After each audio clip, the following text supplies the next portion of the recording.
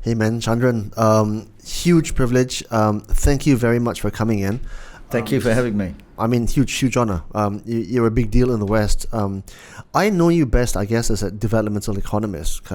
You're like kind of like an environmentalist advocate, and you've got these amazing views on reworking how we look at the economy and how we look at growth and how we look at consumption. And you've thought up this new model for where we live in Asia, and I think it's hugely interesting. But I want to reference the last time we met. It was also during an interview, and you told me this amazing, like, kind of like, it's almost like a rap or like a poem. And it was like, I beg your pardon. So can we start off with you telling us that poem? Yeah, I think it's, well, thank you for having me. And it's not so much as a poem, it's a little kind of story that essentially tries to describe with anecdotes why, as I said, why I have a different worldview. And it typically started when I was sometimes, speaking to large audiences or audiences in Europe, Australia, the US. And I often felt it was interesting to actually tell them why people like us from this part of the world had a different view.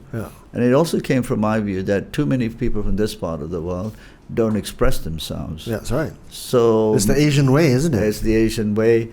And so I just wanted to say, by bringing all these anecdotes together, why it is quite natural for me to have a different worldview, and why my worldview is probably to be as much as valid as anybody speaking from anywhere in the United States, etc. So it goes something like this. Are you ready? Yeah, all right. Okay. Shoot, man. So it goes something like this. I was born in an Indian Hindu home, and I was brought up in a fairly sort of modest upbringing. I got up in the morning and I prayed to Hindu gods. My mom and dad lit the prayer room lamp, and I prayed to gods that looked like elephants, donkeys, monkeys, and all of those things. And I was cool with that. And of course, later I found out images of my gods fornicating on temple walls, etc., and I was cool with that too. That made me, of course, have a much more liberal attitude towards religion, etc. And I often tell my Muslim friends, I don't know why you guys get so uptight when someone in the West draws an image of the Prophet with a bomb on his head. You should go to my temples and see what the gods are up to. So just kind of relax. They were into Pilates before it became a upper middle class obsession, right? And then at 7 p.m. we went to school. After having prayed to all the Hindu gods, I went to school, and my school was a Catholic missionary school, and I was taught by strange white guys in white gowns, and they told me that God was white, blue-eyed, and blonde. And I learned the Lord's Prayer, everything, and I had no problems moving from elephants and strange-looking gods to the white guy as God. And he taught me a great deal of tolerance and understanding, and learned the prayer by heart. And but in those days we were also I was very interested that these strange white men like to cane little boys, had us bending over our desks and caning us. Now that I'm grown up, I understand that the Pope's looking into those kinds of things. So I'm connecting the dots many years later what these guys were into. But at that time, you're kind of innocent. There was no report to be made. And then after school, in that sort of environment, we'd go home, and we'd drop by. We lived very close to the masjid, so we'd go by to the masjid and go by the masjid, and the imam would talk to us. And till today, I have to say, the call for prayer from the masjid, I find the most spiritual call. anywhere very in the world. ancient as well. And very ancient, and wherever I go in the world, the different parts of the world, particularly the Muslim world, I try and stay next to the masjid because I like to listen to. Yes, always. I stay next to the masjid because I like the call, and I try and differentiate the different calls. And those who are Muslims will know what I'm speaking about. It's unfortunate in Malaysia today that some of the mosques will not allow someone like me in. So that's a step backwards. But my point is that, so when I see men in beards, skull caps and long gowns with backpacks, I don't walk the other way, like some of my Western friends who immediately think of danger, strange men with beards and gowns walking down the road, because those are my brothers. Yeah. So I don't see Islam as some alien concept that is a threat to the modern world. So you were raised as an Indian Hindu. You went to Christian missionary school. Yeah. You live around masjids, and you're quite... But let me finish the story, though. Okay. So there's another part of it. Right. And so then in the evenings, we would go to the coffee shop, which is run by Chinese guys. Right, so then I, forgot my yellow brothers. You forgot the Chinese. Okay, so I was brought up with Chinese people all around me, and I still remember the cha siu pao that we used to have, and the cha kway teow and the Hokkien mee. So here's a Hindu Indian brought up by Christian missionaries, lived with Malays, adored the call for prayer from the masjid, and then learned to eat with chopsticks at the age of 5, like most Malaysian Indians of all races do. So when I see Chinese, I tell my Europe, I don't see a threat. I see hardworking people, thousands of years of civilization, sacrifice everything to educate, work hard, etc. So today, as the Western world is fearful of the Chinese, I feel we understand. So my point is that those of us in Malaysia, people with our upbringing, who've been exposed to this multicultural kind of upbringing, we have a responsibility to speak up. So I used to say that John McCain can speak for us. We should speak up. Absolutely. When I have American foreign secretaries talking about Southeast Asia, I say, what the hell do they know? We should speak up because I was brought up in that society. Hinduism, Islam, Buddhism, Chinese, Christianity. We have a great understanding of what the world looks like, yet we have remained silent. We have outsourced all our thinking to naive Western diplomats who pretend that they understand. And so that's why I take it upon myself to share this, and that's why I use this little story to say, I'm sorry, my worldview is different. Hear me out. Yeah. Well, you know what? Nothing pisses me off, right, than going to like Times Bookstore or MPH and seeing books on China, unraveling the Chinese miracle, and they're written by Westerners. People who write about Malaysia and Mahathir, and they're, foreign ambassadors to Malaysia, but they're American. What pisses me off is that sometimes we have to rely on a Western interpretation of us in Asia for our appreciation of our own people. That's really weird. As you quite rightly point out, we in Malaysia come from a multicultural background, but why are we, in fact, what appears to be, we're moving backwards, we're moving more towards the right. Why aren't we becoming more tolerant of each other, but in fact we're going the opposite direction?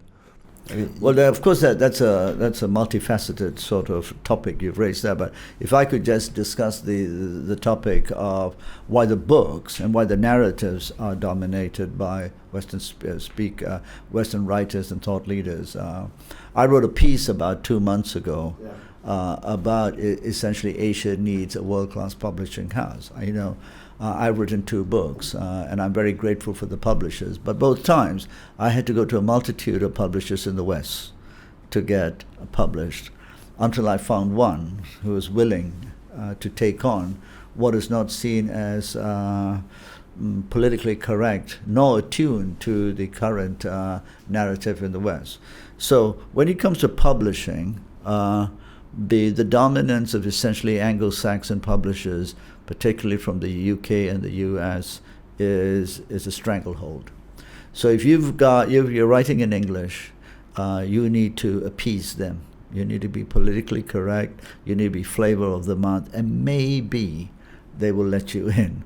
That includes what they call the publishing agents, etc. So I wrote a piece about that. Now, why aren't any Asians investing in this? And Is it because there's no market? There's a huge market. So I argue, why don't they do it? Because most of the people with money in Asia do not understand what that market is, and secondly, of course, books as well have seen to sort of pass their time. But books are actually returning. But it's not about whether it's electronic, whether it's a book per se or it's electronic. Asians with money are essentially still subservient to the latest fad from the West. So when it comes to publishing, they have surrendered. They let Western publishers dominate. Asian publishers don't go into this. Of course, you have Chinese publishers, etc. The article that I wrote argued basically that more elite Asians know more. Let's take ASEAN, for example. Elite Malaysians know more about the United States, Britain, and Germany than they know about Cambodia, Vietnam, or Laos, right? But this week. Isn't that an advantage? That we know more about them than they know more about us? That is a good thing to know, but it's also dangerous because we don't seem to be forging the link and creating and describing what happened. So let's take an example of something. I'm teaching one of our leadership programs this week. I've got 27 people from 8 different countries from ASEAN. So one of the things we started was to talk about history. Hardly anybody knew about the Vietnam War and when it ended. Are you serious? I'm serious. That's only about 50 years ago. It's not a long time. It's not 50. 35 years ago. Yeah. Well, in the 70s. It ended in 1975. Yeah. But beyond when it ended was all the atrocities that took place. Yeah. But most Asians will know about the Khmer Rouge and Pol Pot. And when they think of Cambodia, they think of the killing fields. Genocide, yeah. But they don't think about what was the catalyst and a precursor for what happened there. They don't know that someone like Henry Kissinger, by any decent level of justice, was a war criminal when it came to what happened in those countries. Because we give a free pass. Yet Kissinger celebrated in this part of the world. Of course, because subservient Asians. Yeah. So subservient Asians look for authors from the West writing about this part of the world.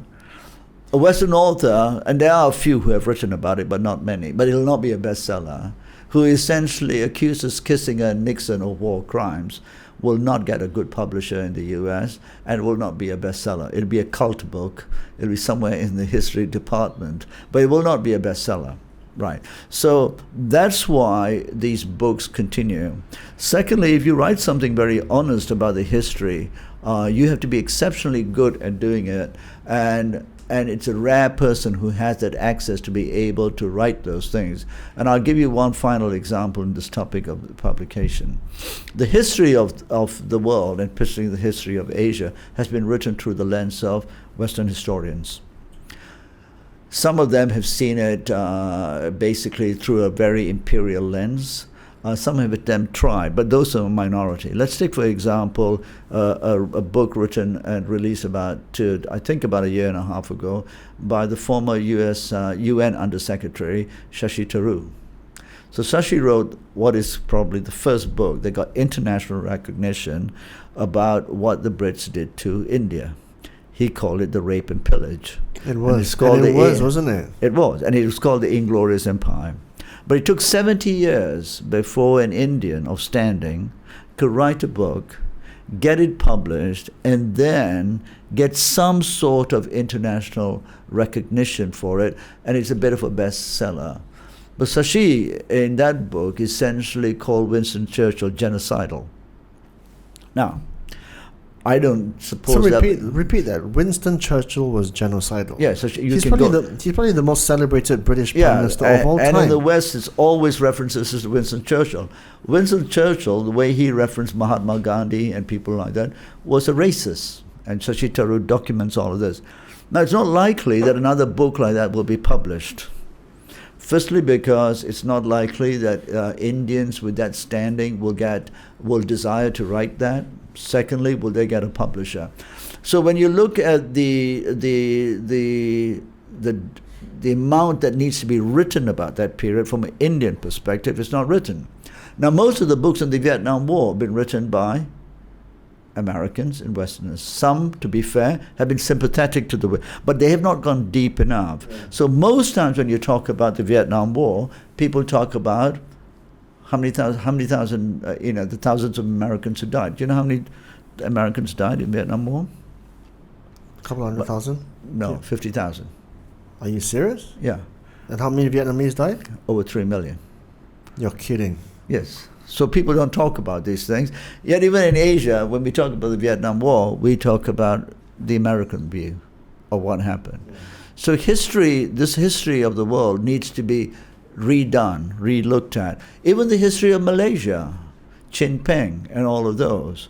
Who are the good guys and who are the bad guys? We don't properly know yet. I don't properly know who's in the right and who's in the wrong. Yeah. Well, but clearly, if Chin Peng was fighting the British, then he was the bad guy. Yeah. He was the commie. Yeah. Right. Yeah. But today we need to go back and look and think. What does that? Even as I say this today, I'm slightly nervous that most Malaysians will think that I'm some crackpot, but I'm not. I mean, the history is a lot more complex than that. But I suspect no Malaysian publisher might even want to get a book out that talks about that whole history.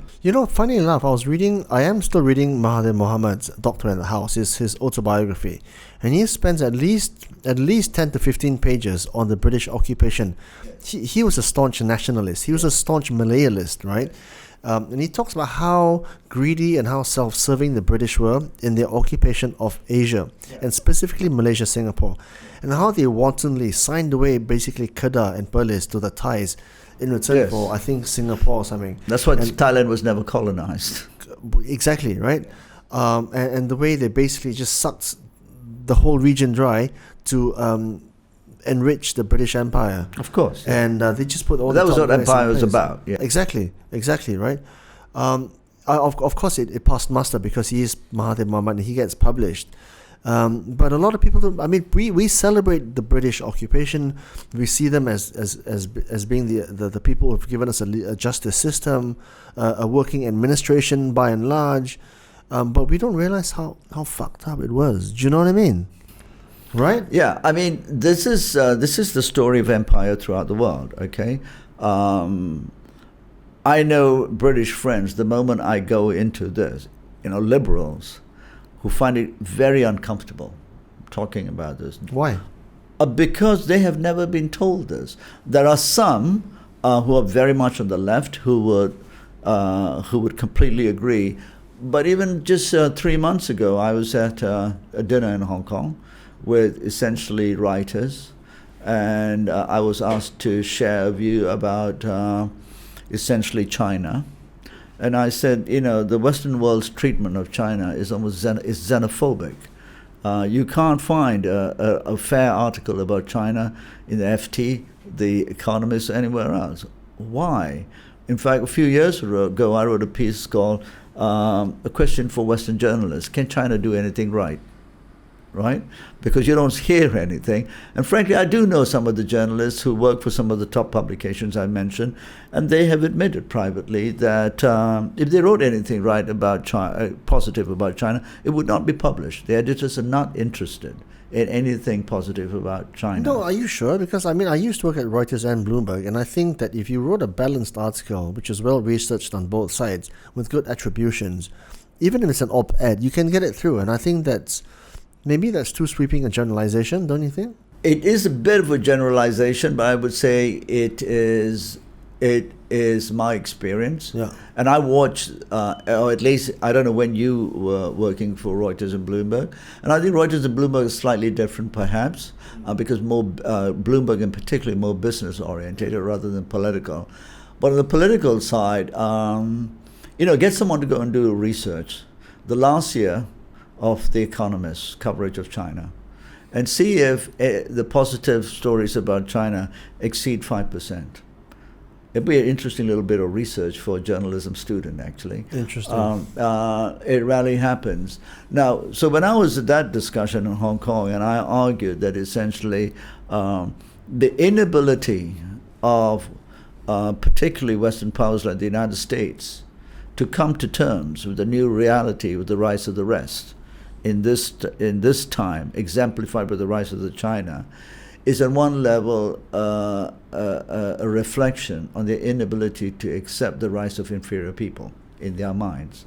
And then I talked about India, etc. And it was very difficult for them to accept the brutality, particularly, of what had happened in India as documented by Shashi. And then people revert to really ridiculous things that, such as the Brits civilized India, the Brits helped India to essentially get the English language. And these arguments are so empty, they don't deserve further discussion. But you can see where people go, because if you have been essentially the dominant civil economic power, you cannot see through what the pain and humiliation of others. It's very difficult. I lived in Africa, and many white South Africans during the time of apartheid couldn't see what was wrong with that system, because after all, Incredible. They were taking care of black people. After all, these people are uncivilized. They didn't know anything, and at least we brought them some prosperity and we gave them jobs as servants. But it happens until today. We live in this internet era, where we've got information at our fingertips. And this whole Madam Butterfly syndrome continues until today. Chandran, we hero... Okay, let's call a spade, right? We hero worship the white people. They come out here, they can command huge salaries. When they walk through waltz through hotels and shopping malls, shopping attendants fawn at their feet and fall at their... It's called Bangsar Shopping Center. Yeah. Come Christmas, I get served second. Why? Why? Well, but you have to understand why. At one level, it's 3-4 centuries of colonization. Yeah.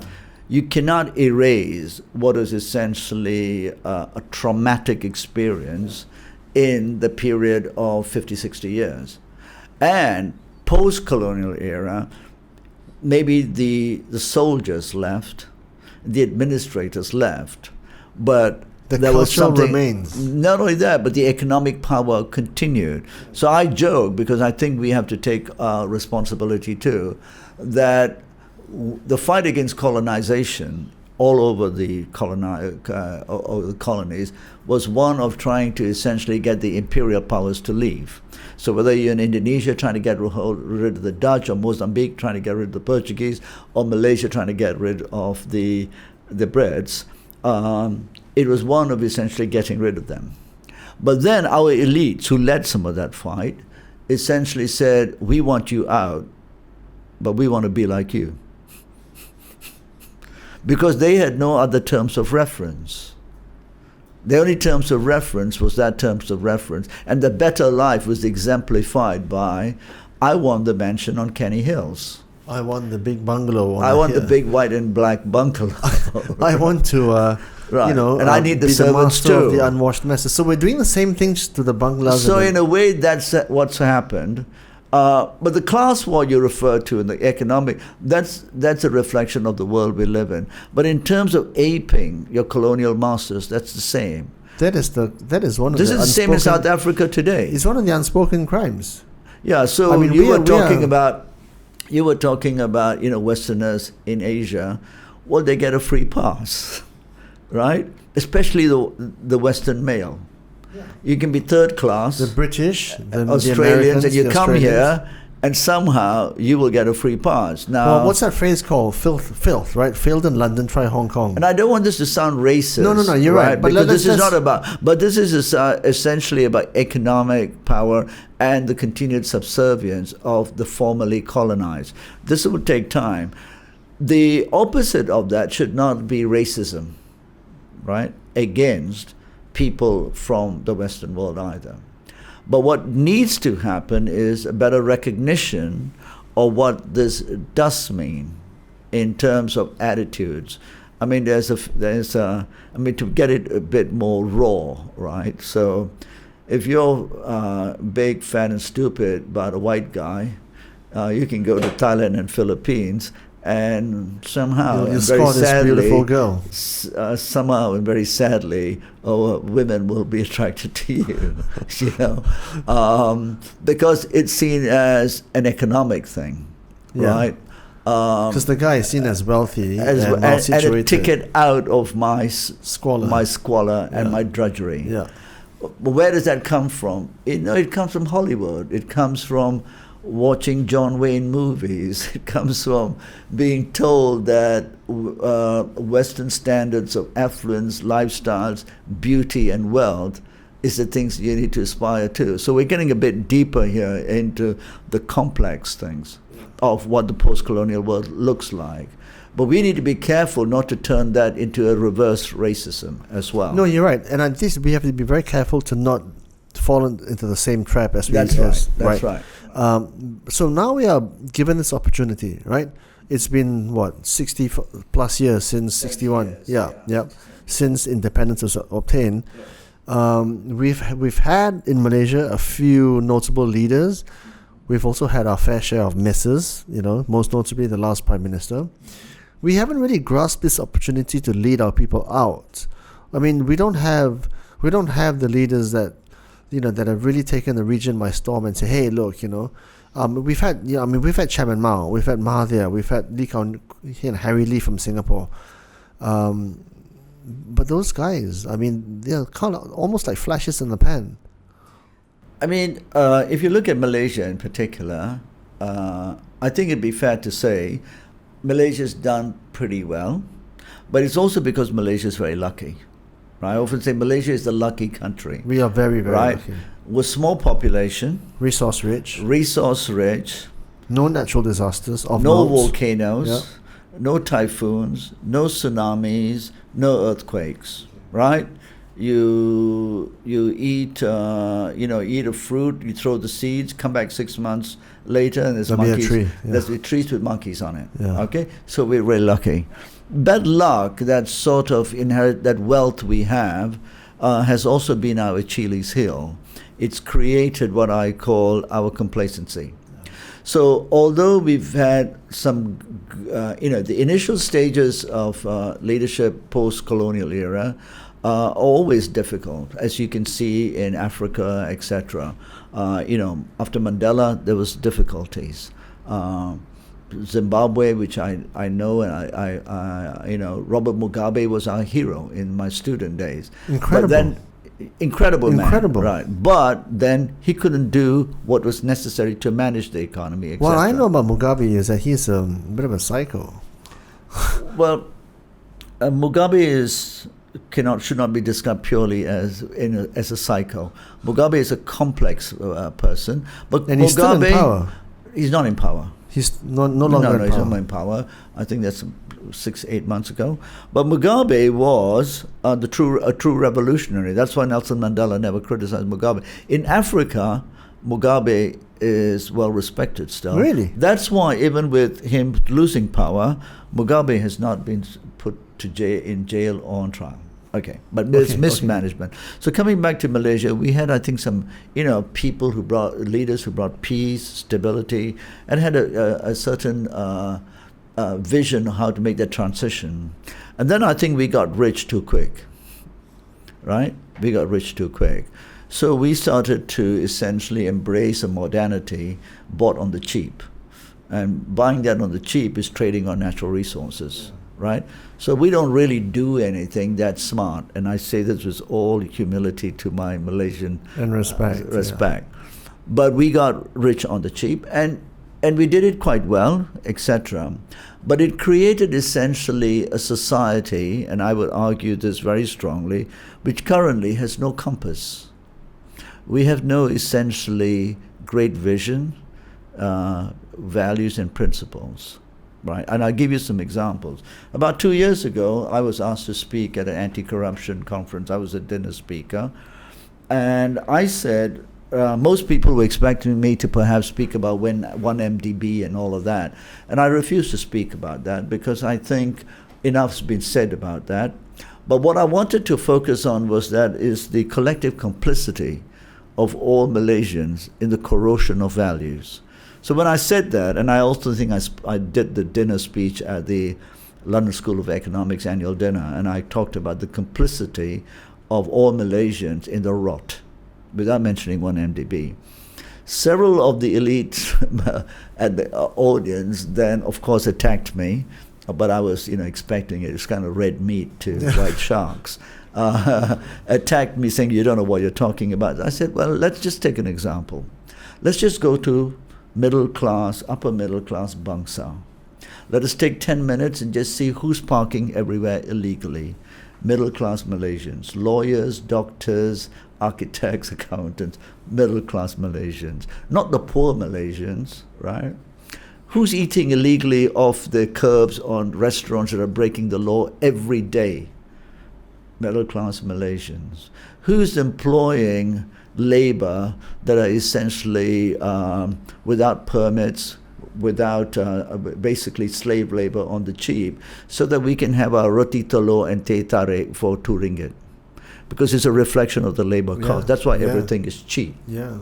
But it's a kind of mass slavery going on. Absolutely. I think the numbers are staggering, the amount of foreign workers in Malaysia, which essentially does not, which has a huge economic impact in sort of depressing salaries of Malaysians and essentially making a whole class of young Malaysians essentially unwilling to work hard, do the hard work, etc. Who is doing all the illegal extensions to their homes? Go and look. It's all Malaysian. Where did they get the permits from? Who did they buy off? They just pay it off. They just make it happen. Which country has some of the greatest rates of default on payments of invoices? Malaysia.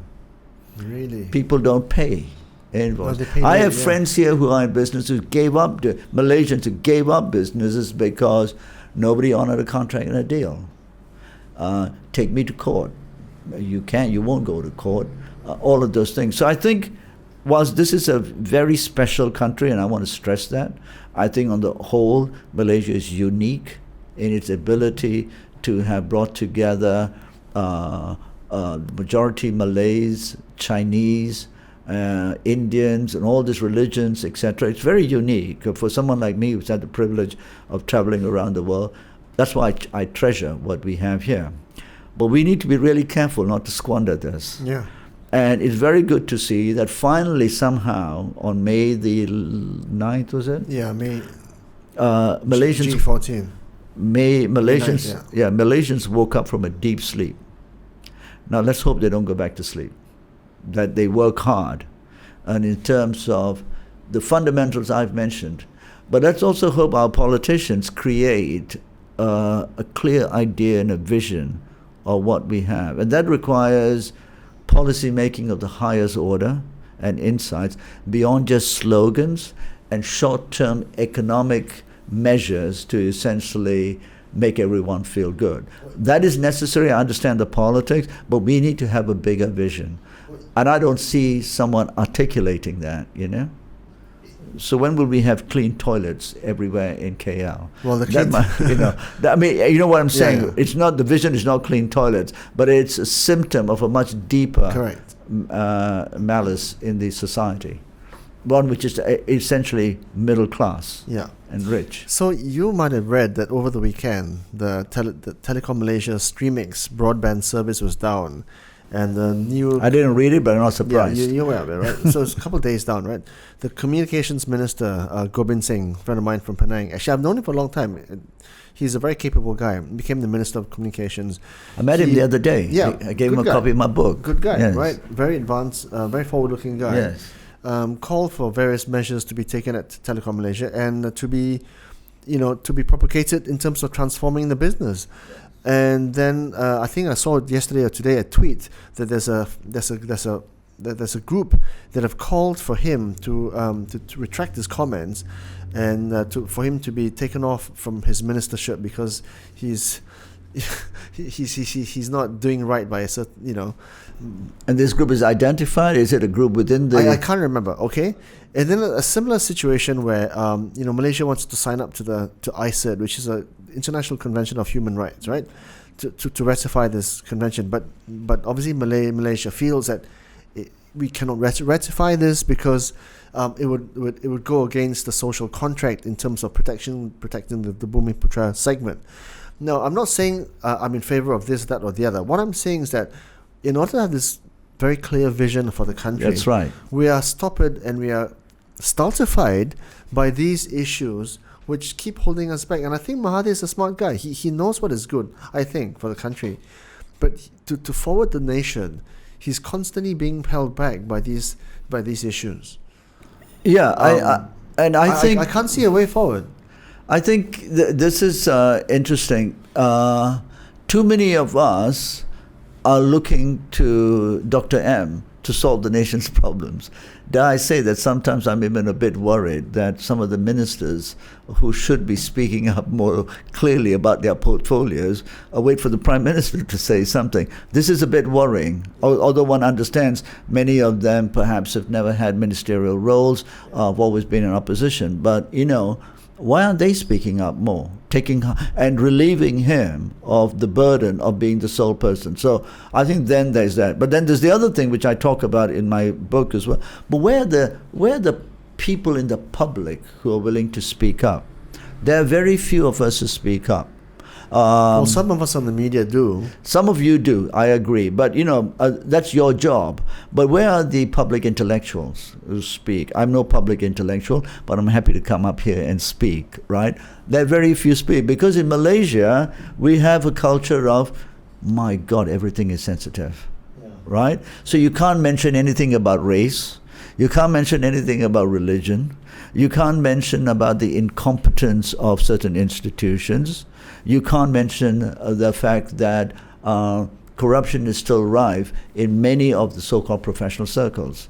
But those taboos will, the inability to create an environment in which intellectuals, business leaders speak about it, does not allow for the government to transform. Has any business leader since the election spoken up about corruption? Nada.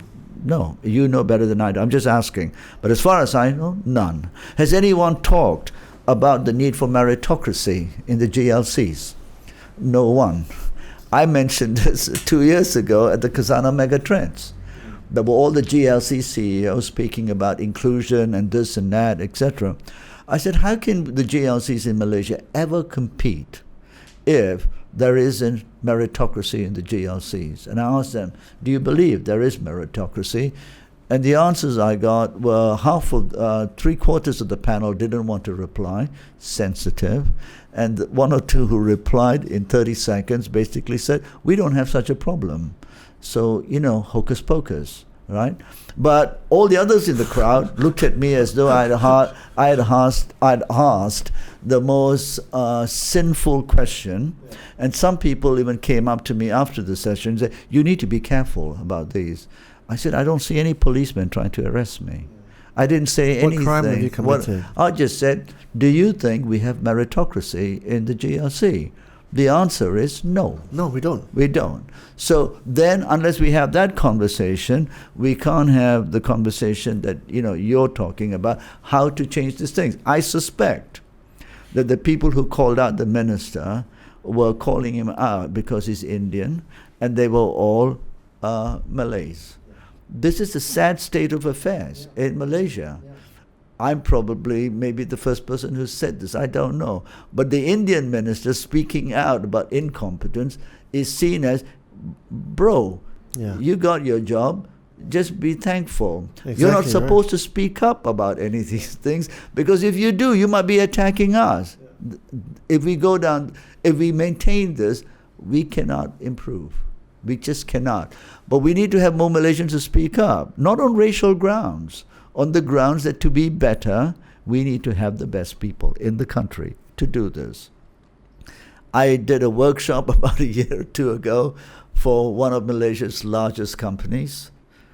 And the workshop was run by foreigners, one of those big business schools, who ask me to run half a day because they can't ask the questions. The Matsale is not going to ask the questions because he needs the retainer to come back. You're right? kidding. It's called the McKinsey BCG models of consulting. So they come in, they don't ask the question. So I was asked to engage in a session about leadership in the global context. My first question to those people is, do you believe that this room represents even the best in Malaysia? So code. How can you go global if you don't even hire the best people in the country based on meritocracy? Right? Of course, you could hear a pin drop because I asked this question. My question was not about race. My question was, you want to be a global company? Get real. You need to employ the best people. And when you want to employ the best people, you have to essentially select them on the basis of meritocracy. And if they all turned out to be, Buddhist monks, that's okay. So be it. Right. If they all turned out to be Indian transsexuals, so be it. So be it, right? But let's get real. But we cannot have the distortion that we have, and then people remaining silent. So and that is not to say we should not have social policies that seek to uplift the most disenfranchised and impoverished in the country. And we all know that the largest population of people who've been disenfranchised in this country are the Malays. And we should do everything we can to uplift them. But we should have smart policies, not free meals. And we should help the poorest Indians. We should help the poorest Chinese. But let's face it, when we look at the most disenfranchised population, Chinese, Indians, Malays, the largest segment will be Malays. And that's how we should define privileges, not privileges, assistance, right? And that's a very different way of thinking about this. But we need politicians and business leaders to articulate it, make it more mainstream. The reason I'm speaking about this is to desensitize it, disarm everyone from thinking about this as politics. The best way to help the poorest people in this country, the majority of whom are Malays, is to have a system of meritocracy within some guided rules. Yeah. Because to not do that is a reverse form of apartheid, is to essentially say Malay people cannot compete, which I don't believe. I believe the Malay population is as smart as any of the other populations anywhere. But you don't get to compete by being hidden away from the realities of the world. But if you need a leg up, then we have to provide the leg up. But we don't give free meals. And I lived in southern Africa, and this was, all part of. I worked as a volunteer in Africa, and one of the biggest problems is this sort of charity and handing out. It doesn't help people. It doesn't help people. It makes them even less competitive. We know that. 40 years of the social contract hasn't changed much. The situation of the largest swath of the population. Yeah. And we continue to make the same mistakes. Yes. Yeah. But we don't have politicians who are willing to address this, and it's been hijacked by people who bring in race, religion, etc. And we're not having an intelligent conversation about these things. It should be nightly spoken and debated on TV, etc., by intelligent people who are not involved in the politics of race. But sometimes I feel, Chandran, we're sitting here, very near in Bangsa actually. Yeah. And you've got your philosophies, and by and large I agree with your philosophies, but there seems to be at least two classes of society in Malaysia. One, the more educated, the more urbane, the more well-traveled, like yourself, and then the various layers in between, and then the vast majority who remain very cloistered and very narrow in their views. I don't know when the day will come when we have these kind of conversations on public broadcast. Certainly what we're talking about now can't be had on public broadcast because it's just too sensitive. Right. But I think all societies have many layers. You go to the United States. For sure. So, Same in America. So we are no exception to that. But what every society needs to go and progress is to have essentially platforms in which ideas that are essentially going to be beneficial to the country are essentially mainstreamed. And there's always a bit of a struggle because some vested interests will not like it, etc. But we need to start before we reach out and assume that people in the vast masses don't understand or are sensitive. Whenever I've gone to rural areas in Malaysia and I've spoken to people of all races, religion, I think they're tired of the nonsense. Yeah, you think so? I absolutely believe so. And that is a good Before thing. the elections, I spoke to lots of taxi drivers, mainly Malays, and I got a acute sense. And at that time, as you know, most of us never thought there'd be a change. But I had a feeling, this time it's going to change. So we should not assume because that the rural populations, who are mainly Malay, don't want to see a better Malaysia or don't understand the nuances. The only problem is they have not been told what the nuances look like. But to get those nuances, get that understanding, you need to have conversations that start in the metropole areas, the cities, etc. That's how it starts. We don't even have this conversation in elite places in Malaysia. You can go to a business conference and have this. Who's hiding? All the elites of all races. So they don't want to have this conversation. They, in many ways, are also beneficiaries of the current system because they have essentially become the rent seekers within that. So the rent-seeking mentality in Malaysia is essentially one that has knotted in people of all races, right? They don't want to have the conversation. But then that the fear of political repercussions has infected, if I can use the word, the so-called public intellectuals. Nobody wants to talk about this. Yeah. So we have very superficial things about, let's all go to the market and be happy and eat some dodol and mee goreng, etc. Who cares, right? Then we have superficial things of cultural coming together. And, to be honest, Malaysia at the day-to-day level does it very well, right? I lived in the UK during the 80s, etc., and there was extreme racism, You could walk down the street and be attacked by skinheads, etc. You felt the violence. You don't feel any of that. I was in the UK in the early 80s. It was terrible. Yeah, but today the UK is different. But you don't feel that. You don't feel the threat of any of that anywhere in Malaysia, which is wonderful. Now we need to work out, having got that, how can we essentially take the country up so that the rent-seeking behavior of vested interests who leverage economic power, religious things, etc., play a part in society, but do not intimidate or hold back the society. That's what we need to have. But we don't have enough actors. Yeah. And we just look for Dr. M to change anything. But I don't see the ministers talking about it. Do you see the new cabinet lineup with enthusiasm? I mean, you've got people like Yeo Bee Yin, really smart girl, early 30s. She's in charge of the environment. Right, this is your area. You've got people like Syed Saddiq, who's in charge of, I think, youth and sports. He seems like quite a clued-in guy. But even then, he had to bow to the principles of normalcy when it came to human rights and ICID's ratification. Then you've got people like Gobin, who's a bit older, who's a bit more vocal. But again, he's still young compared to, say, Mahathir. You've got people like, Muslim Malik in education. I think, the jury's out on him. A few others, but they're quite young. People like Ong Kian Ming, quite good, etc. Tony Poa, etc. etc. Are you quite happy with the lineup?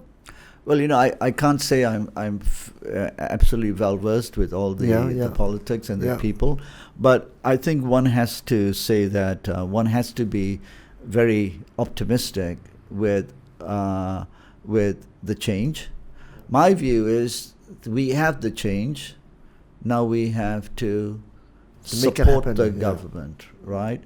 I've written several pieces about this, that one of the dangers of mature democracies is that there's a charade of democracy, that we all vote, and the next day we try and take down the government, which is, you can see in Europe, you see in the USA, etc., so that nothing gets done. In a country like ours, which is in our view still as a middle, some people say it's a middle income, but most of the country is a developing nation in my view. So let's not pretend, right? And particularly having gone through what we have, which looks like the biggest Ponzi scheme the world has ever seen, right?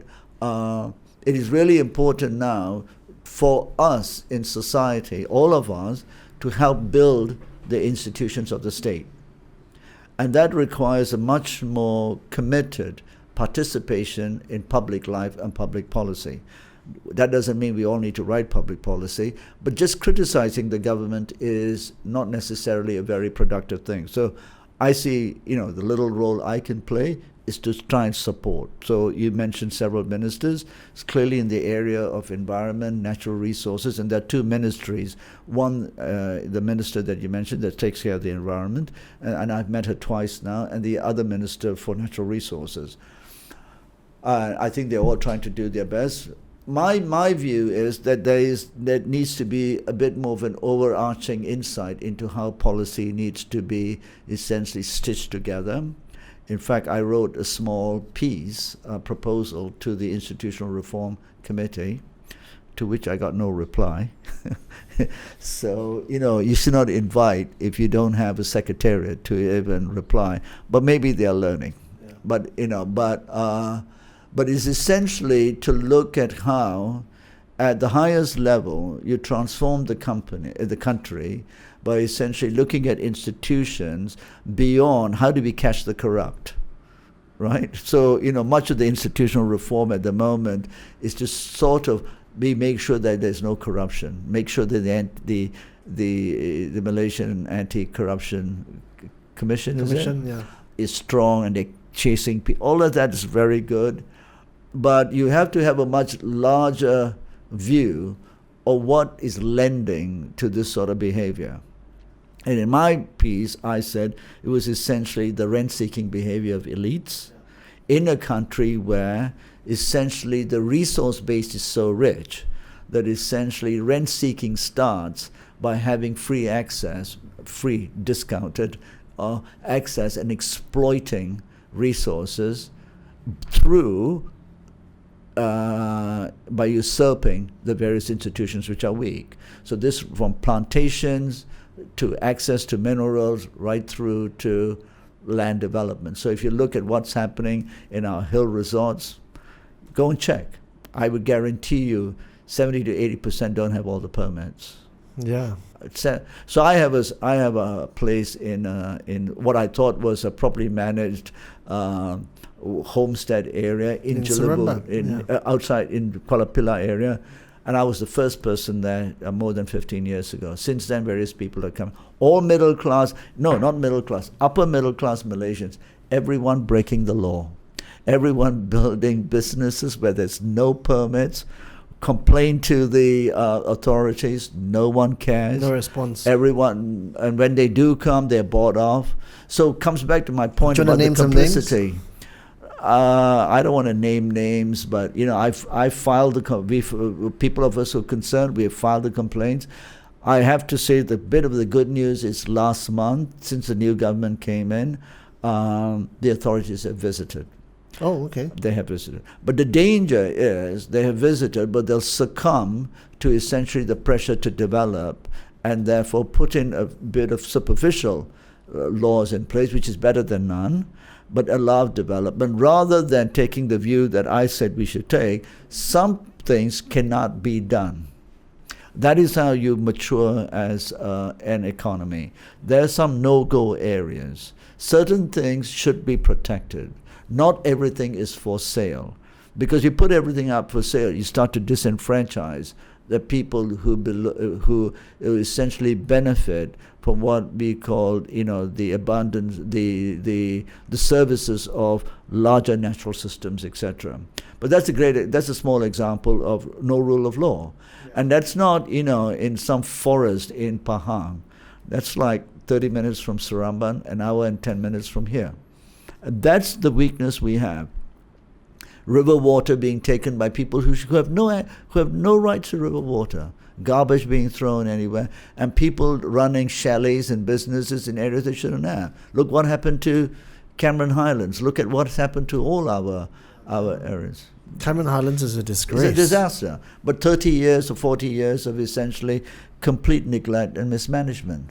This has nothing to do with economic development. This What's is your idea essentially of wealth? Pillaging. What's your idea of wealth? How does a country get rich nowadays? In terms of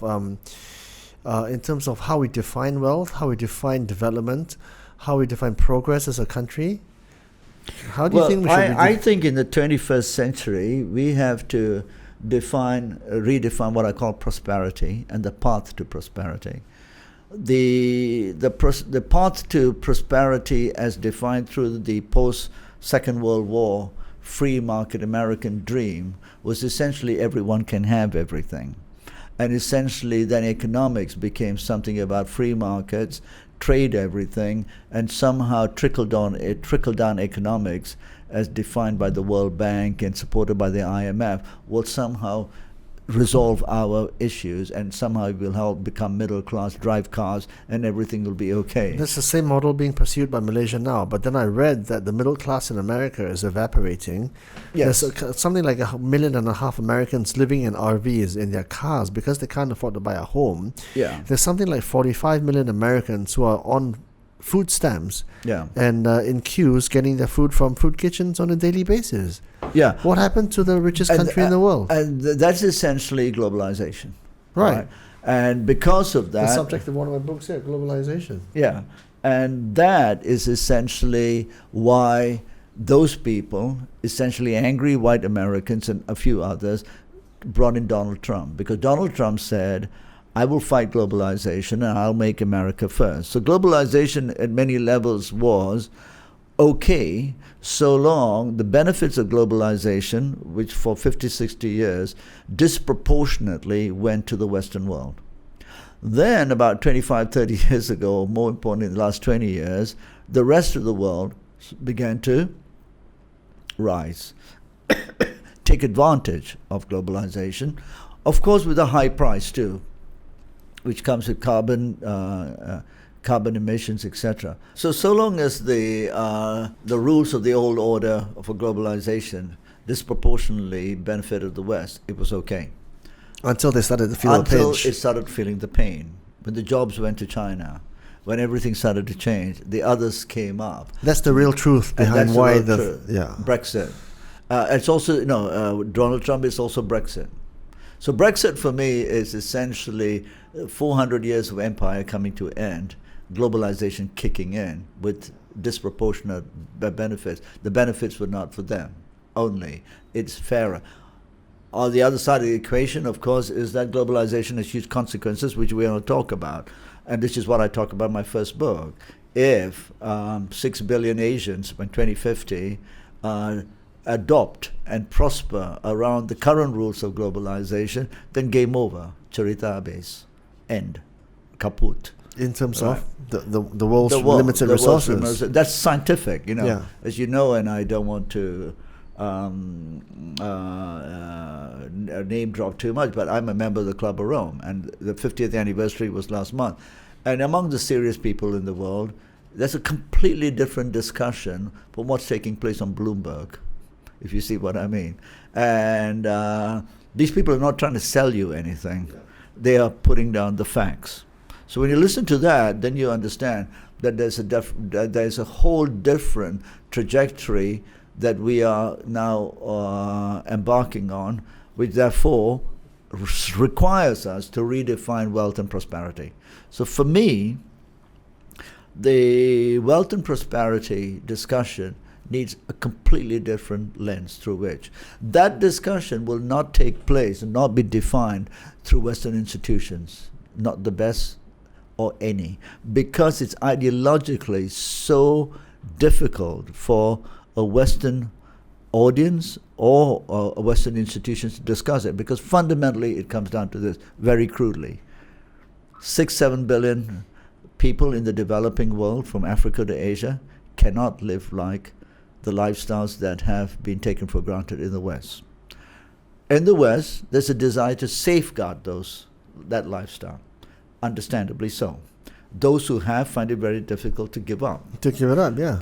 Of course, that's only human. The problem is we trying to have that, and it's not possible. Therefore, my point is we need to understand what we have a completely different political narrative around what we can do to safeguard the collective improvement rather than believe in this mumbo jumbo that everyone can aspire to be rich, the pie will be big enough, and everyone can land on the same page, and you can have your swimming pool and barbecue pit. This is not possible. So the political leadership needs to think about this very differently and decide, therefore, what does what I call moderate prosperity look like? And in that context of resource constraints, for me, moderate prosperity is a political philosophy that essentially is underpinned by how can the majority have access to 5 basic things. They start with safe and secure food supply. This is a very complex undertaking in the world we live in. Second, water and sanitation, which people do not understand the complexities of. But, funnily enough, last week, because Bill Gates started to talk about shit, the Western media covered it. Incredible. I've been talking about shit for 10 years. That if you don't deal with the shit, you don't develop. Exactly. Right? So, because we're in Malaysia, you'll be surprised. I would argue that a good 80% of all the schools in KL do not have proper sanitation. I know. I go to someone should go and do an audit. I go to my son's school, my kid's school in KL. I'm not going to say which one because it will out them, but the toilets reek. It's a complete disgrace. A lot of kids don't go to the toilet, and especially young girls. It's a complete disgrace. Yeah, and these are schools. All those headmasters should be fired. Right, so we should do a toilet audit on all the headmasters. I mean, don't even talk about the schools. Talk about the public toilets. It's a complete disgrace. We want tourists to come to Malaysia. We want 30 million people to come to Malaysia. I don't care about the tourists. I don't care about tourists. I care about the local Malaysians. But you know what I'm saying. Right? It's a complete disgrace. It's a disgrace. So food, water supply and sanitation. Then there's the issue of just a basic shelter. Fortunately in Malaysia, a lot of that is taken care of. But if you look at India, China, and India, Indonesia, housing is going to be the biggest challenge. The biggest challenge by far. Yeah, and that would be probably the materials to build the basic homes would essentially churn the world in terms of material needs. But the idea that somehow people will have homes because Walmart invest, you will go and work at the supermarket, save a few pennies and get a mortgage, is completely nonsense. So you have to have a very different model of looking at how to fulfill the basic rights of a shelter, which is the start for security and removing the drudgery of life. You don't have to own the house. You don't exactly. have to buy the so house. All kinds of different models, and it should not be about letting people imagine that they can live in 2,000 square foot, have a garden, and all of that. Those things are impossible for the majority. So this comes back to my view about what is that moderate prosperity. And then there is basic energy levels, right? Most people in this part of the world do not have the energy consumption levels required to live their basic lives. And I'm not talking about Malaysians, where we squander our energy, basically, a lot of us. So then there is public health. So those are the moderate prosperity, and that's what the role of the state is in fulfilling. Most politicians might agree with it, but then they subscribe to the World Bank model, which is essentially open your doors to foreign investment, this, and somehow, if all the FDI comes in, you will all be rich and wealthy and driving cars and shopping in malls, and everybody will be okay. This is not possible.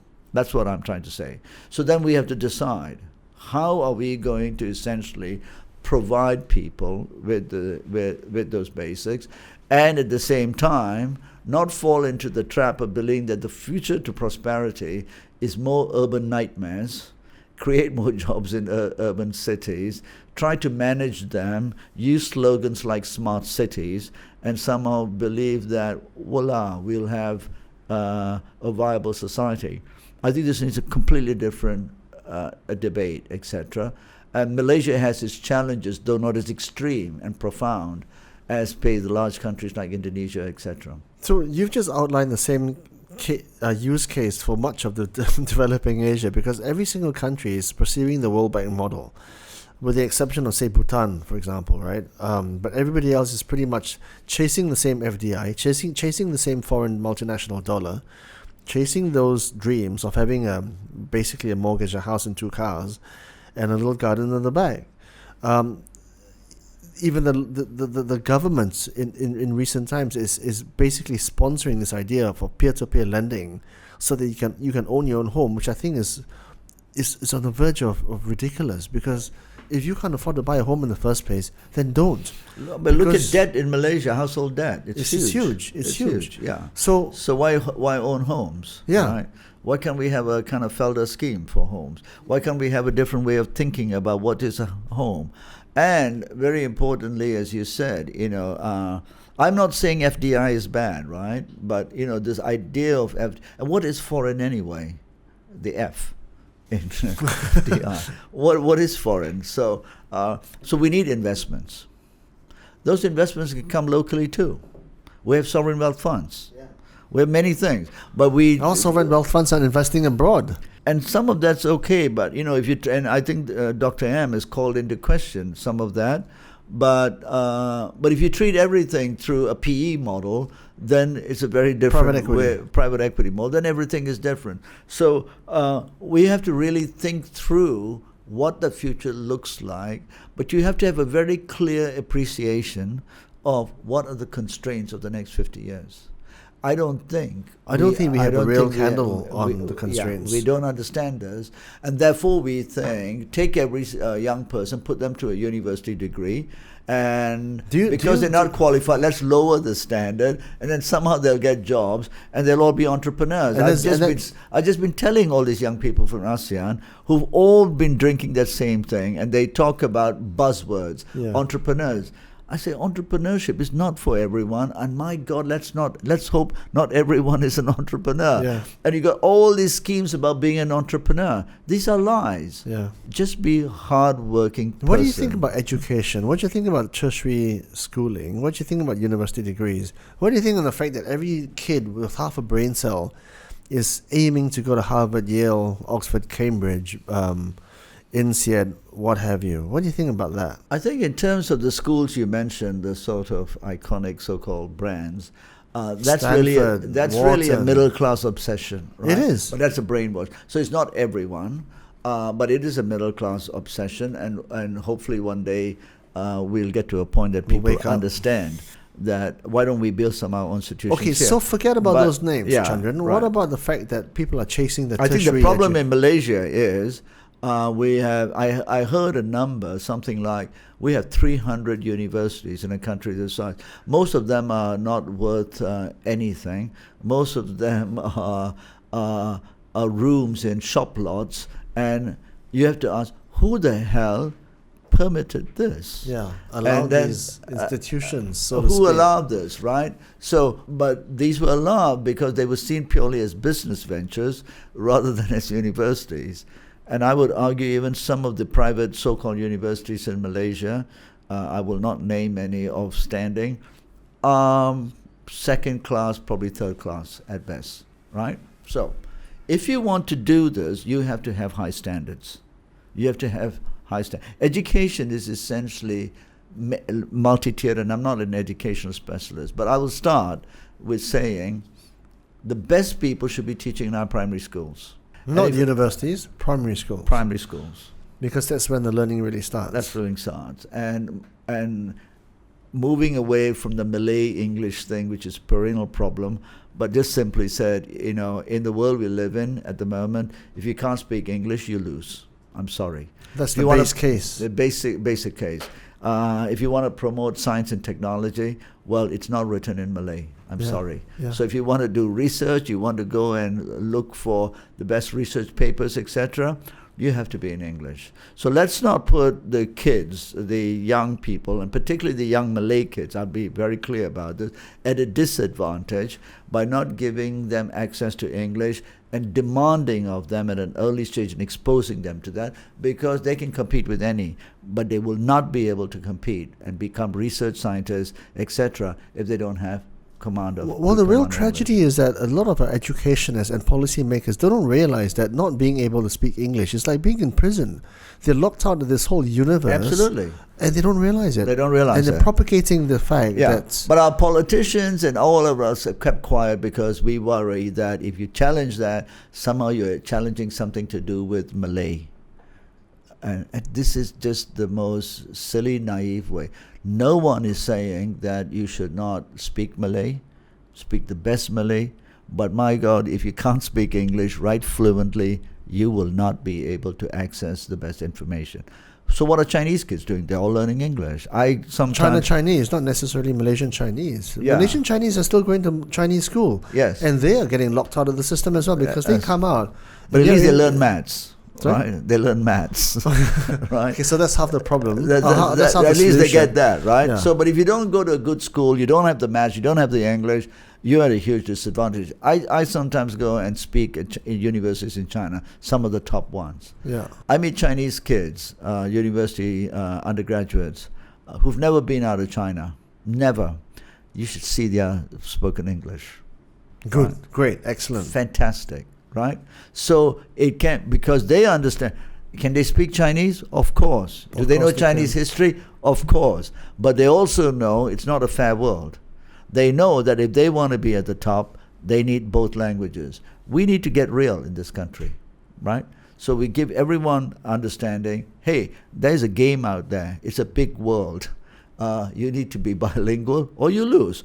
And if you want kids to lose in Malaysia, keep on with this current system. But if you want to change it, radical, no tinkering, and start with the primary schools. And I have made this proposal before that, our primary schools and without any disrespect, are not staffed by the best and brightest. No, I can attest to that. And people will not like this, but we essentially have a scheme by which those who don't go to higher education essentially going to the colleges, teaching colleges, and they've all served the country very well, but they're not the best and brightest. So how do we square what you're saying in terms of wanting to be competitive with the rest of the world, but not, again, competing for the same FDI, so to speak, with the rest of the world? Is there like a developmental model that Malaysia can pursue where it doesn't disenfranchise a large swath of the population, but we can all get access to those 5 rights and privileges that you mentioned? Is that like an elegant kind of like middle solution? As I said, let's not. I'm not in any way suggesting we become isolationists. We can't be isolation. No, you cannot. We live in, and it's good to be exposed to the world. So I'm not saying that FDI is a bad thing, but the idea that FDI and reliance on that will somehow transform the economy and create the growth is naive. So I'm saying we have to bring some FDI, but you have to much bigger understanding of how we are essentially going to provide the type of prosperity that safeguards the basic, what I call the rights to life. But with education, we don't need everyone to be a software engineer. We don't need more apps. We need people who understand many different things. For instance, even in the Klang Valley today, try and go and find a good plumbing shop that is run by professionals. You can't find. Zero, right? Zero. So what do you find? Illegal workers, some Bangladeshi guy, he used to sell roti and now he's doing a bit of plumbing on the side. All of that mumbo jumbo, right? So why isn't plumbing a big occupation? It should be. Yeah. In Australia. Because we've pretended that all our kids can be geniuses and become science and technology graduates. And then, not only that, we lower the marks. They're not even, they don't have the aptitude. That doesn't make them stupid. If you don't have the aptitude, you can do some other things. Maybe you're just good with your hands. Absolutely. And what about, builders? We don't have builders. Look at the German system. Look at the houses and houses of parliament falling apart and leaking. Well, not just houses of parliament, look everywhere. We don't have a maintenance culture. What about maintenance engineers? We don't have that. So, but go to Germany, right? Everybody's a DIY guy. Go and hire a plumber and it'll cost you as much as going to see the doctor. Yeah. Right? Because that is seen as a very professional. Try getting electricians in Malaysia. No, you got to get some Indo guy and some Bangla guy, and they're crawling over your roof. They don't know what they're doing. And if you're lucky, you get some old Chinese guy who still knows what he's doing, right? So my conundrum is that I've got kids, right? And in about 5-10 years' time, 7 or 8 years' time, I've got to play an instrumental part in my advice to them as to what to do in their lives, right? I mean, the Asian Chinese side of me says, bloody hell, go and study something which you can then get a job with and get a salary good enough so you can leave the house and I can have my peace and quiet. Equally, we're still stuck in this paradigm where accountants, lawyers, engineers, and doctors still cut muster with the working world. So how should we redefine what makes a good job, a fulfilling life, a good future for our children, progress, wealth, essentially? Well, let's go back to being a doctor, right? The oath that doctors take, essentially. The Hippocratic Oath. Yeah, it's riddled with hypocrisy. Yeah. Well, it's about saving lives, right? So there's nothing wrong in being a doctor. So I think, your kids, if they want to be a doctor, there's no harm in being a doctor. And then there's being doctors and being doctors. So I have a very good friend of mine who is actually a banker, and he thought his son should go and study finance, etc. But I think the home environment, the kid got interested in the developing world. And the kid is very smart, fortunately parents wealthy, but smart kid, and went to the best medical schools, but was not interested in essentially medicine that was essentially treating the ills of the rich and famous, of the wealthy, the rich people's disease. He was very interested in essentially public health from the point of view of the developing world. So he then specialized in essentially tropical diseases, and then went to Africa to essentially do a fair amount of research and internship. Fantastic. So you can do many things. Fantastic. And you don't need to go to Africa. Southeast Asia has so many needs in terms of what medicine can do.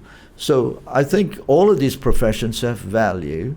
The question is, we then have to decide whether you want to go and work for a private hospital and rip off people, or you want to go and have a bit more of a purpose. And I think at one level, being a doctor is, there is purpose, but I would argue that so much of the medical, the sort of medical sector has essentially become a money-making industry, and we all know that.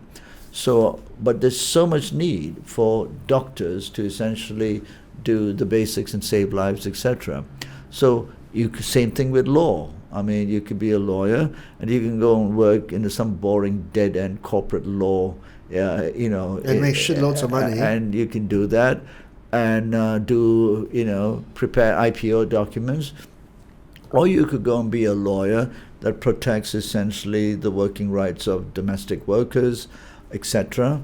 You might not live up on the, in Kenny Hills, but, you still have a very good job doing something of great value. It depends on your aspirations as well. I think many parents these days, particularly those who are privileged and have access to essentially channeling their kids to the directions they want, take the route of Ivy League, come back, work for Goldman Sachs, and then let's do a bit of charity and social work with our friends over the weekend. I think that we have to decide. But I mean, that's a bit of a sideline conversation. The bigger macro conversation is, what does education do for the majority of people in a country like Malaysia that makes them, engaging citizens that can contribute in a useful way to the challenges that take place, the challenges that the country has. Earlier you were talking about how we're so fixated on producing doctors and lawyers and accountants, but we don't have people who can professionally fix your plumbing system. Yes. We don't have a guy, anybody that can professionally fix your electrical system. Yeah. We've got people running riot in that regard. And I mean, we can see, that there are real dangerous outcomes and manifestations of that particular lack of professionalism. I mean, houses catch fire all the time. Houses of parliament start leaking in the middle of a tropical downpour. It's ridiculous. I don't know. I get what you hear. I get what you say. In the UK, you call a plumber, he's going to cost you £150. The same thing in Australia. You call someone to come and beat to come and sort out your garden. It's going to cost you a lot of money.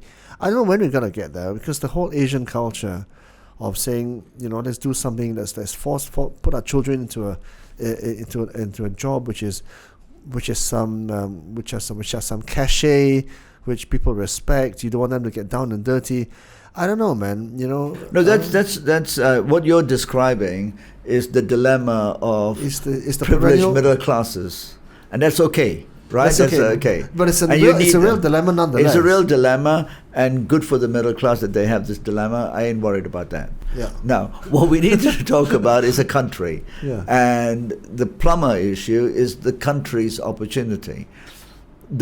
The idea that all these kids from Sungai Petani, Johor Bahru, or Kuala Terengganu must somehow all be force-fed into this university system, most of which are third class, come out with a degree, and then aspire to be all these different professional classes, is a distortion of the reality. The other problem with not having that is, of course, our this view that all of these kids, and particularly because of our policies in the country, the majority of these Malay kids should all go to university, somehow get these things, and then they can't make it because they don't have the proper basic education. Then we lower the marks, etc. This is all unnecessary and not good. Some of them might be the best plumber in the world. It could be the best plumber in Malaysia. So what we need to do is, you have to have a country in which the citizens of the country essentially are able to essentially fill all tiers of the economic ladder in terms of various skills and jobs. That's what you need. Now, if you are Singapore, maybe you have a small population in which you need to fill certain gaps in the construction, etc. industry. But in Malaysia, we don't need that. We have a growing population who needs jobs. We have an immigration policy that is completely broken.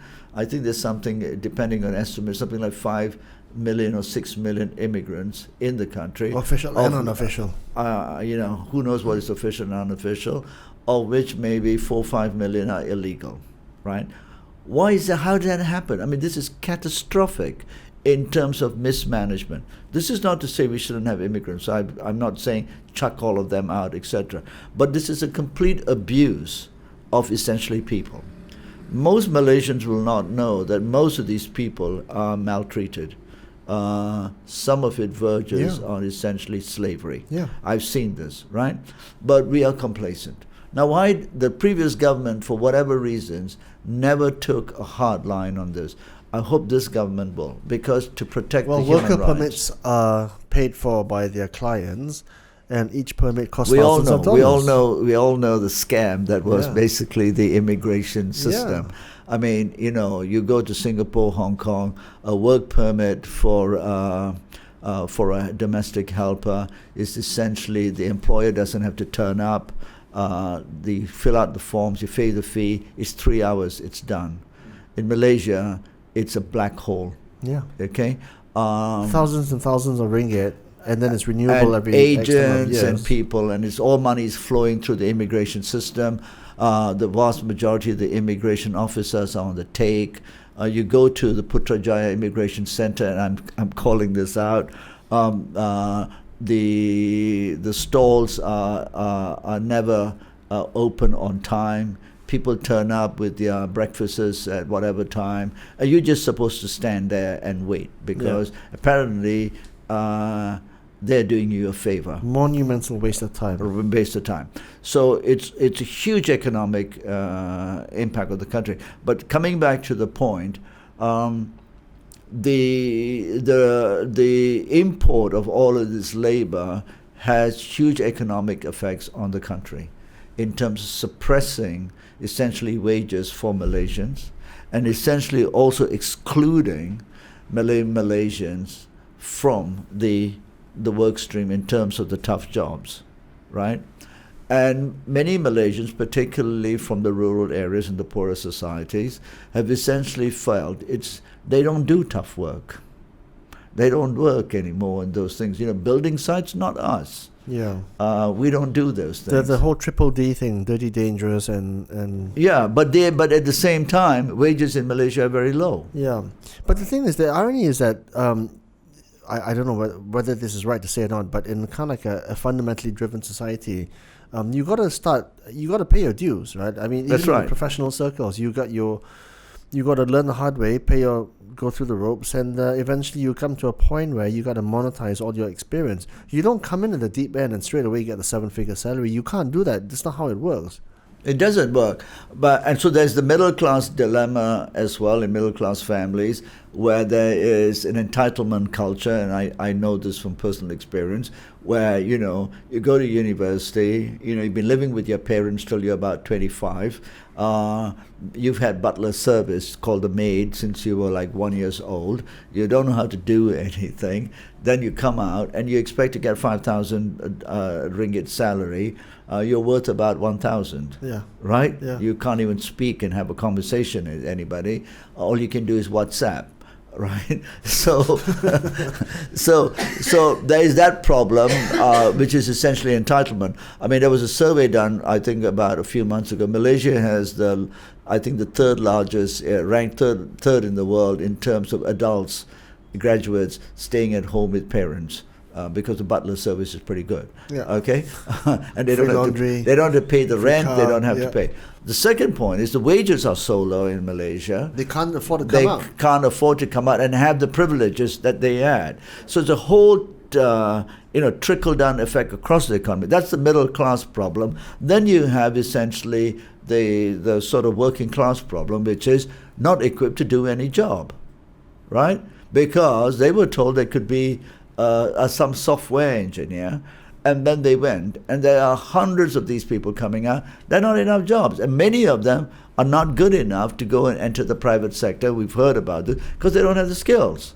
They can't read the manual written in English, right? So there's so many problems, and so they're all then going back, not having productive jobs, and instead they could be doing all those very respectable jobs in terms of not needing degrees. And yet, I think because I've interacted with you quite a lot of times already, Chandran, you're still very optimistic about the future, despite all the problems that our country is facing. You have to be. If you're not Otherwise, yourself, you go and commit harakiri, but you have to be. Yeah, but I mean, there's a lot of stuff to be optimistic about. But it's a lot of work to be done. Yeah. I mean, so I see it as, call it out, and then Let's be get open about it, transparent. And I'm optimistic because I think by calling it out, let's hope people understand.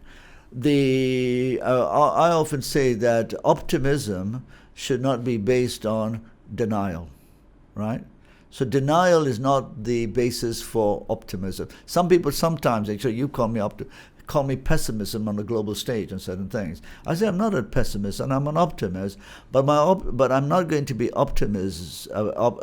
optimist by hiding my head in the sand. So in Malaysia, we need to call this out.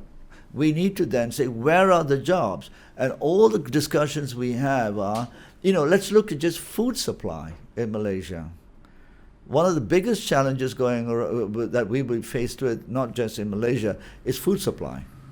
Food supply. And food is not about more supermarkets, right? That's not where the food comes from. So food will be, the growing of food would be a huge growth area. But we have made food and farming, the poor uneducated peasant's job. It's not so. Yeah. So imagine hundreds of thousands of young people essentially educated, not through university, in essentially food production. You don't need a degree in that, right?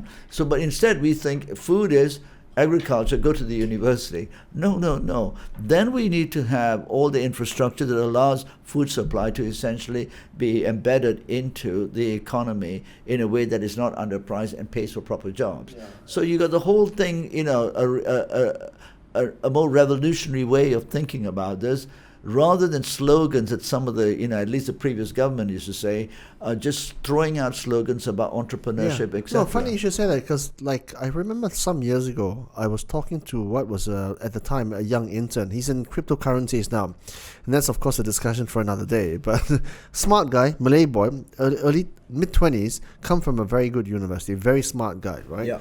And I said to him, he was looking to me for advice, heaven forbid, on investment. So I said, look, you can do a lot worse than buy a piece of land because you're a Malay guy. You've got access to fantastic plots all around the country. Go and get your 1-2 acres, 2-3 acres. Go and plant your crops, go and plant your trees, and ensure your food security in the future, because it'll be one of the big issues in the future. And you know what he said to me? He said, we spent an entire generation or two trying to get out of the jungle, and here you are telling me I should go back. And he wasn't dismissive of the idea. He just found it incredulous that I should be recommending something like this back to him for him to return. So in his mind, he thought about this as returning to the jungle. But actually, what you just said, it's not. Absolutely not. It's not. Absolutely not. And the investments then go into the logistics supply, so that farm produce essentially can reach consumers in a more direct way. Then it's in irrigation. It's using the best technology now to essentially improve productivity, etc. Then it's building clinics, etc. But let me just give you one example of jobs. And let's not talk about the rich kid that you knew who went to a good school. No, he's not a rich kid though. But he's he went to a good school. No. I think this fellow's scholarship guy, right? Okay, scholarship guy. Poor family. So the scholarship guys are very difficult as well, because they did feel, hey, I got the scholarship, getting out of the jungle. Okay, yeah, absolutely. Right. So let's not talk about scholarship, because let's just talk about the secondary school dropout, etc. Look at I won't go into all the details, but look at Felda, right? So much land. You think it's palm oil for the next 100 years? No, can't be. Shouldn't be. Look at the age of the trees. Look, is that land bank, that asset? And someone told me they might be one of the largest landowners in the world. Yeah. Right. Is that the future, or is that something else? Can't be. Right. Can't be, right? How do you look? How would you transform that over the next 20 years? That essentially the next generation becomes producers of a different output from that land, and it's not palm oil, jungle, snakes, and iguanas. You see what I mean, right? Right? and flying foxes. It's a whole different setup that gives hundreds of thousands of jobs, gives them equity in the land, creates a whole range of different agricultural produce that not only but first serves the local population and is part and parcel of the new world, right? How does that look like? So that's we need all this different. Exciting. Yeah, that's very exciting. And it's not. I live in this dark, dingy place with palm oil trees. There's no sunlight, and man, we shut all the doors at 6 p.m. because the mosquitoes and iguanas want to come in. It's a very different way of looking at it, and so it's a complete different way of looking at how the nodules of development take place in the country. That is the kind of ideas that we need. And then equipping these people with all the know-how and technology. They don't need to have a university degree force-fed on that. Absolutely. Okay? Absolutely. They don't need that. Absolutely. People who manage irrigation systems today with technology, it's a whole whole range of skills. But everyone wants to go, and when it's called technology, everyone wants to be the digital Sifu. Yeah. Right? Sitting in an air-conditioned office, devising coming up with another app, rather than just someone has to grow something, make something, break something. That's the jobs that a lot of this next generation could be, and deploying the technology in the way they are the applicators, right? They apply the technology to something productive that they produce and own, right? Not thinking they all need to be some Silicon Valley geek. We don't need any more of those. So it's a way of thinking about things. I can talk about fisheries, a lot of other stuff, where we can manage things very differently from the point of view of creating jobs, both urban and rural. So I know you write columns. I think you're gonna, I think you'll be writing an op-ed for the New York Times when you go home later on. You've got a lot of placements in established Western publications, and I know you pretty much propagate the same message. You're an advocate for these kind of like statements. And I mean, my question to you, I think because we've nearly run out of time, but have you gotten any traction in the West for these points of view, and in terms of the reach and the heft and the distribution of these publications? Have you managed to shape opinion in those parts of the world? Well, one should not overestimate one's influence. But I like to think that much of the feedback I get and the invitations I get, that there is traction. I am, and again, not to overstate it, I am a very different voice. Yeah. Because as we said, not many Asians speak up. But the danger is then not to be seen as the angry brown guy. So you have to substantiate it with topics, analysis, etc. And my second book is that. And currently the reaction to that has been very positive. Again, when I presented a talk about my second book about the state, the sustainable state, at the Club of Rome meeting, it shocked a lot of people, but very few people could disagree with the thesis, the argument. But it shocked very many people who acknowledged that they're not used to this narrative. Right. But to answer your question more fully, of course, on one hand, I speak in international forums, call it Western Water. But my main audience, I hope, will be the people in this part of the world. And that's why the book is written in a way for Malaysians, for Indonesians, for Chinese. For us in ASEAN. We need a new model. And I'm very pleased that at the moment there is very serious interest in getting this translated into Malay. I've already had an offer to translate it into Bahasa Indonesia. But someone said, this book is important. We need it read in Malaysia. And the best way to get it read in Malaysia is to translate it into Malay. And Mandarin. And because it's not written for the readers of the Financial Times only. I deliberately wrote it in the way that an A-level student can read it and understand the gist of the argument. And so my audience is essentially in Asia, starting with ASEAN. So that's really what I'm trying to do here. And I'm trying to get it into the hands of the Prime Minister. He should read it. Yeah, I hope so. I think he will appreciate it. Recently, he's spoken a lot about how development should look like, etc.